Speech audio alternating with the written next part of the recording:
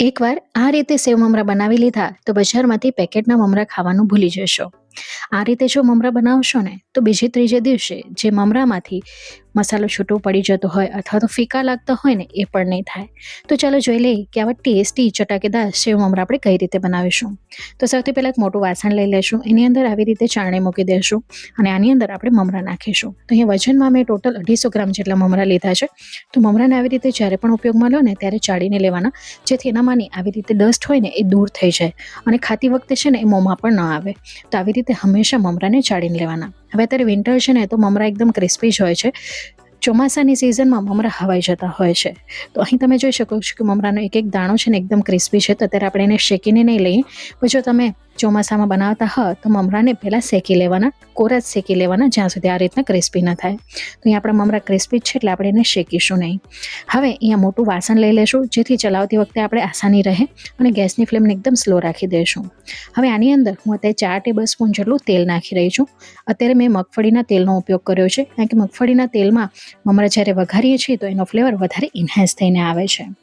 હવે ખાસ વાત, મમરા ખાતી વખતે પાછળથી વાઈ ન કરે ને એટલે હિંગનું પ્રમાણ થોડુંક ચડિયાતું રાખવાનું. તો અત્યારે આપણે 1/2 ટીસ્પૂન જેટલી હિંગ નાખી રહ્યા છીએ. તો જે સારી ક્વોલિટીની હિંગ હોય, સરસ સુગંધવાળી હોય, એનો ઉપયોગ કરવાનો. હવે હિંગ ચટકવા લાગી છે એટલે આપણે બધા મમરા નાખી દઈશું. ગેસની ફ્લેમને સ્લો જ રાખીશું, જેથી મમરા આપણે બળી ન જાય. કન્ટિન્યુ ચલાવીશું, જેથી તેલ છે ને એ દરેક મમરા ઉપર સારી રીતે કોટ થઈ જાય. તો અહીં તમે જોઈ શકો છો સારી રીતે આપણે મિક્સ કરી લીધું છે અને દરેક દાણા ઉપર તેલનું કોટિંગ થઈ ગયું છે. અહીં વધુ તેલ વાપરવાની પણ જરૂર નથી, કારણ કે ખાતી વખતે પછી તેલ ખાલી મોંમાં આવશે તો પણ સારું નહીં લાગે. હવે અત્યારે ખાસ અગત્યની વાત, એક મોટી ચમચી ભરીને આપણે હળદર નાખીશું. અહીં હળદરનું પ્રમાણ થોડુંક ચડિયાતું રાખીશું, જેથી એનો કલર સરસ આવે. તમને એમ લાગશે આટલી બધી હળદર, પણ તમે જોજો એક એક મમરા ઉપર સરસ એનો જે કલર છે ને ખીલીને આવશે. અને જે બજારમાં મમરા મળતા હોય છે ને એમાં હળદર થોડીક ચડિયાતી જ હોય છે, જેના કારણે પાછળથી ફીકી નથી લાગતા. એટલે મસાલા અહીંયા થોડાક પ્લસમાં કરશો ને તો મમરા છે ને બીજા ત્રીજા દિવસે ફીકા નહીં પડી જાય. અહીં તમે જોઈ શકો છો આપણે લગભગ 1/2 ટેબલ સ્પૂન જેટલી હળદર નાખી હતી. અહીં તમે જોઈ શકો છો કે એક દાણા ઉપર સરસ હળદરનો કલર આવી ગયો છે, કે અહીંથી પણ મમરા આપણે સફેદ દેખાઈ નથી રહ્યા. હજી ફોનમાં કલર ગ્રેડિંગના કારણે આટલું તમને દેખાતું નથી, પણ અસલ કલર એકદમ ખીલેલો આવ્યો છે. અહીં તમે જોઈ શકો છો સરસ મજાના મમરા સારી રીતે હળદરથી કોટ થઈ ગયા છે.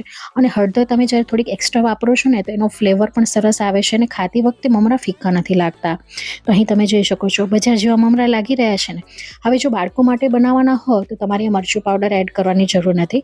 તો હું અત્યારે મોટાઓ માટે બનાવી રહી છું, અને મમરાને આપણે થોડાક શેકી લીધા છે ને તો એ વધુ ક્રિસ્પી થઈ ગયા છે. જોઈ શકો છો એકદમ બુરું થઈ ગયા છે.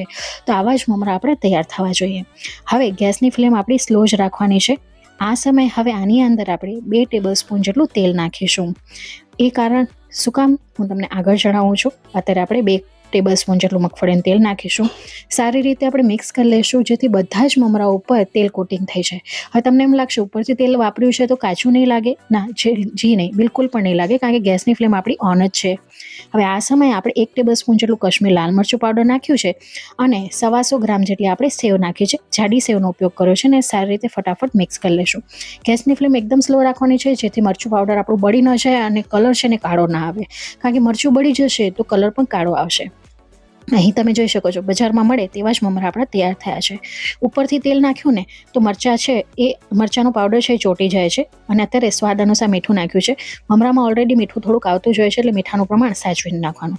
સારી રીતે બધું મિક્સ કરી લીધું છે ને આ મમરા તૈયાર છે સ્ટોર કરવા માટે. તમે અહીંયા જોઈ શકો છો કેટલી સરસ રંગત આવી છે. કશ્મીરી લાલ મરચાંના પાવડરને કારણે કલર પર ખીલીને આવે છે. અને આ મમરા છે ને એકચ્યુઅલી એટલા તીખા નથી થતા, કારણ કે કશ્મીરી લાલ મરચું પાવડર તીખું નથી હોતું, એ ફક્ત કલર સરસ આપે છે. અહીં તમે જોઈ શકો છો એક એક દાણા ઉપર મસાલા સ્ટીક થયેલા છે. એટલે આપણે ઉપરથી તેલ નાખ્યું ને સાથે સેવ પણ નાખીને, એટલે સેવ પણ ખાતી વખતે ફીકી નહીં લાગે, કારણ કે એ મરચાં પાવડર છે એ સેવ પણ ચોટી જાય છે. હવે જો વધારે તમને ચટપટું પસંદ હોય તો તમે આમાં ચાટ મસાલો, સંચળ નાખી શકો છો. હું અત્યારે સાદા જ મમરા બનાવી રહી છું, ને આ મમરા ખાતી વખતે એટલા સરસ લાગે છે કે તમે વાત જ ન પૂછો. અહીં તમે જોઈ શકો છો કેટલા સરસ મમરા આપણા તૈયાર થયા છે, જે તમને પેકેટના મમરા ખાવાનું ભૂલાવી દેશે. તો આજની અમારી ટ્રીક, આજની અમારી રેસીપી તમને કેવી લાગી, તમારો અનુભવ કમેન્ટ બોક્સમાં લખીને જણાવવાનું ભૂલતા નહીં. તમે મારી રેસીપી કયા ગામ, કયા શહેર, કયા મેગા સિટીથી જોવો છો એ પણ કમેન્ટ બોક્સમાં જરૂરથી જણાવજો. એ જાણીને મને ખૂબ જ આનંદ થશે કે મારી રેસીપી દેશના કયા ખૂણા સુધી પહોંચી છે. હું ફરી મળીશ આવી જ નવી ઇન્ટરેસ્ટિંગ રેસીપી સાથે. ત્યાં સુધી રજા આપો. આવજો. Bye, take care. Thanks for watching. અને હા, જો તમે મારી રેસિપી ટ્રાય કરો છો તો પણ તમારો વેલ્યુએબલ ફીડબેક મારી સાથે શેર કરજો. એ જાણીને મને આનંદ થશે કે તમે મારી રેસિપી ટ્રાય કરી.